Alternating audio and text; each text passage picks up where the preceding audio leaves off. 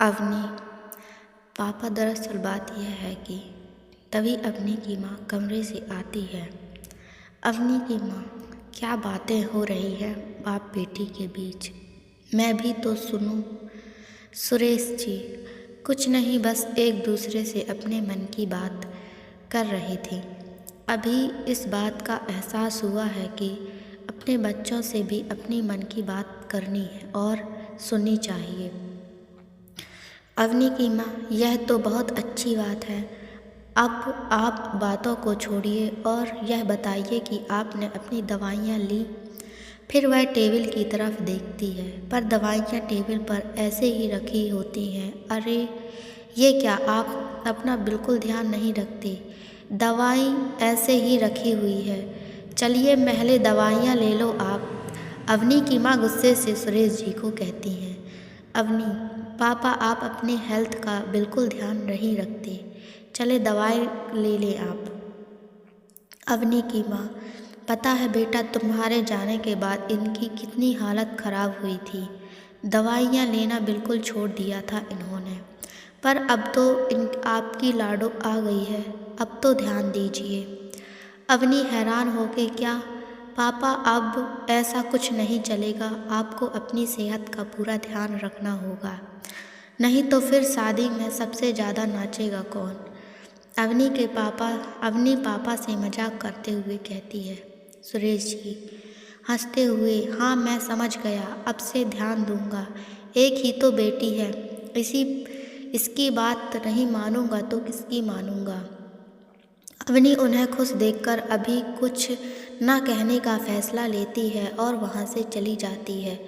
अवनी को बाहर जाते हुए देख पवन उसके पास आता है। पवन, अवनी अवनी रुको, क्या हुआ, तुमने अपने पापा को बताया?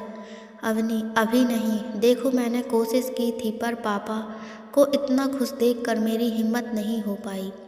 ऊपर से अभी पापा की हेल्थ भी ठीक नहीं है, तो मैं उनसे कुछ कह नहीं सकती। पवन, यार ऐसा करके तुम उन्हें धोखा दे रही हो। वह एक झूठ को लेकर खुश हो रहे हैं और तुम्हें पता है यह झूठ सच नहीं होगा, फिर उन्हें और ज़्यादा तकलीफ़ होगी। अगर तुमसे सच बोला नहीं जा रहा तो मैं अभी जाता हूँ, उन्हें सच सच सब बता देता हूँ। अवनी, रुको तुम, मैं उनसे खुद बात कर लूँगी, वह तुम्हारी बात नहीं सुनेंगे। हो सकता है वह कुछ गलत कर दें तुम्हारे साथ, मैं ही उनसे बात करूँगी, पर अभी तुम यहाँ से जाओ, नहीं तो कोई सुन लेगा और प्रॉब्लम हो जाएगी।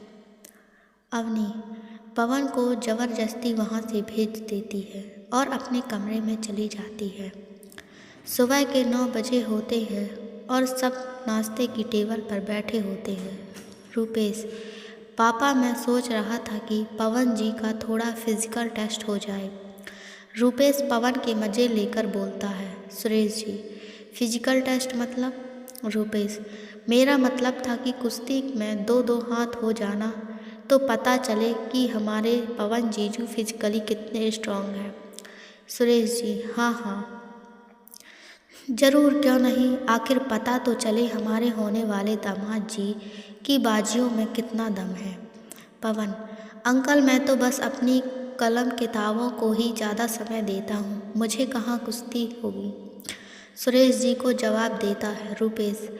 अरे तो क्या हुआ, कोशिश करने में कोई हर्ज नहीं है पवन जी। सुरेश जी, रूपेश बिल्कुल सही बोल रहा है पवन बेटा, और थोड़ी मस्ती मजाक वाला माहौल बन जाएगा। तुम क्या कहती हो अवनी? अवनी, हाँ पवन, तुम्हें गुस्सी करनी चाहिए, तुम्हें भी तो कुछ नया एक्सपेरिमेंट्स होगा। मुझे पता है कि तुम बहुत अच्छा खेलोगे। अवनी पवन की झूठी तसल्ली देती है और मन में कहती है, इससे कहानी तो लिखी जाती नहीं, कुश्ती क्या जीतेगा, और धीरे से हंसने लगती है। सुरेश जी, चलो फिर ठीक है, 1 बजे सब कुश्ती की शुरुआत करते हैं। रूपेश, तुम सब तैयारी कर लेना, मैं अभी कुछ काम से बाहर जा रहा हूँ, 1 बजे तक आ जाऊँगा। रूपेश, जी पापा। फिर सब 1 बजे गार्डन में इकट्ठे होते हैं। तभी पवन अवनी के कान में धीरे से कहता है, तुमने मुझसे दूसरी बार फंसाया है। अवनी, चिल करो यार, सिर्फ कुश्ती लड़नी है और वो भी मेरे भाइयों के साथ। प्रोफेशनल बंदा नहीं आ रहा तुमसे लड़ने। और कहानियों में तुम फ्लॉप हो, क्या पता कुश्ती में हिट हो जाओ। अवनी पवन का मजाक बनाते हुए कहती है। रूपेश, आ जाओ पवन जी, पहले मेरे साथ कुश्ती करनी है आपको। पवन अपने आप को तैयार करते हुए रूपेश के साथ कुश्ती करने मैदान में उतर जाता है। कुश्ती करने की आवाज़, दोनों के बीच कुश्ती शुरू हो जाती है। शानदार कुश्ती चल रही होती है। पवन अपना गुस्सा कुश्ती पर निकालना शुरू कर देता है, जिससे वह रूपेश को हरा देता है। यह देखकर सब खुश हो जाते हैं। अब अगला राउंड मेधा के साथ होने वाला था। मेधा लंबा चौड़ा हट्टा कट्टा होता है शरीर से, फिर भी दोनों मैदान में उतर जाते हैं। कभी पवन मेधा को पटकी देता है तो कभी मेधा पवन को। ऐसे ही चलता रहता है। तभी पवन अपना तेज दिमाग चलाकर मेधा को हरा देता है। अवनी यह देखकर बहुत ज़्यादा हैरान हो जाती है। सब पवन को शाबाशी देने लगते हैं। अवनी, क्या बात है, तुम इतनी अच्छी कुश्ती करते हो, तुमने बताया नहीं, कहाँ से सीखी इतनी अच्छी कुश्ती। पवन चिढ़ते हुए, तुम्हें जानने की ज़रूरत नहीं है, और वैसे भी पवन हर चीज़ में अपनी जान लगा देता है, बस तुम इतना ही जान लो। और यह कहकर वहाँ से चला जाता है। पवन के दिमाग में अभी भी भागने की प्लानिंग ही चल रही होती है। तभी अवनी के पापा उसके पास आते हैं और उसे शाबाशी देते हुए कहते हैं, वाह बेटा, तुमने तो कमाल कर दिया, क्या दाव पैंच लगाए तुमने, कहाँ से सीखी इतनी अच्छी कुश्ती। पवन, कॉलेज के दिनों में की थी, बस 1-2 बार, वही थोड़ा बहुत सीखा था। सुरेश जी, बहुत अच्छे बेटा, तुम बिल्कुल इस फैमिली का हिस्सा बनने के लायक हो। पर पवन को इन सब बातों से कुछ फर्क नहीं पड़ रहा था। उससे तो बस यह से भागना था। फिर उसी रात को पवन गार्डन में बैठा होता है और अकेले अपने आप से बातें करता है। पवन, मुझे नहीं पता कि जीतना नहीं चाहिए था, पता नहीं कैसे जीत गया। लगता है मेरा बुरा टाइम चल रहा है, इसलिए सब उल्टा हो रहा है।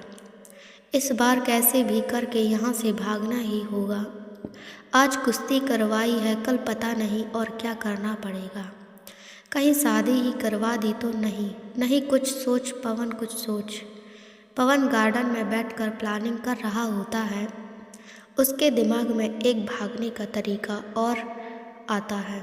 वो घर की तरफ जाता है। अवनी के पापा से कहता है, पवन अंकल, मुझे मेरे एक दोस्त का फ़ोन आया है अभी थोड़ी देर पहले। वो दिल्ली आया है और मुझसे मिलने की जिद कर रहा है। मैं सोच रहा था कि मिल आता हूँ, अगर आप कहें तो।